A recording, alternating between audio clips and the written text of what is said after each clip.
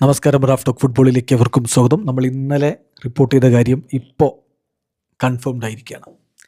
Yes, Oscar Nazi centre ബാക്കാണ്, ചെറിയ പ്രായമാണ്, ഗാനക്കാരനാണ്. താരം റയൽ മാഡ്രിഡിലേക്ക് നമുക്ക് ഷുവർ ഫെയർ കാറ്റഗറിയിലേക്ക് മാറ്റാം, അതായത് തീരുമാനമായിരിക്കുന്നു എന്നർത്ഥം.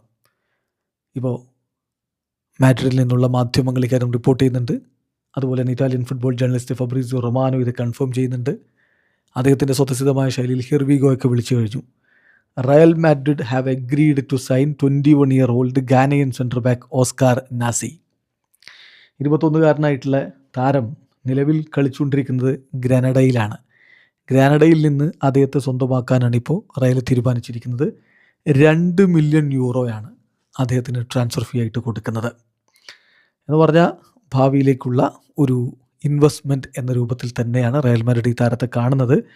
അദ്ദേഹം നേരെ സീനിയർ ടീമിലേക്ക് ജോയിൻ ചെയ്യില്ല, പകരം കാസ്റ്റിയയിലേക്ക് ആയിരിക്കും അദ്ദേഹം ആദ്യം എത്തുക. നമ്മൾ ഇന്നലെ തന്നെ കാര്യം റിപ്പോർട്ട് ചെയ്തതാണ്. കാസ്റ്റിയയിൽ അദ്ദേഹം ഈ സീസണിൽ കളിക്കും, പതിയെ സീനിയർ ടീമുമായിട്ട് ഇൻ്റഗ്രേറ്റ് ചെയ്യുക എന്നുള്ളതാണ് പ്ലാൻ.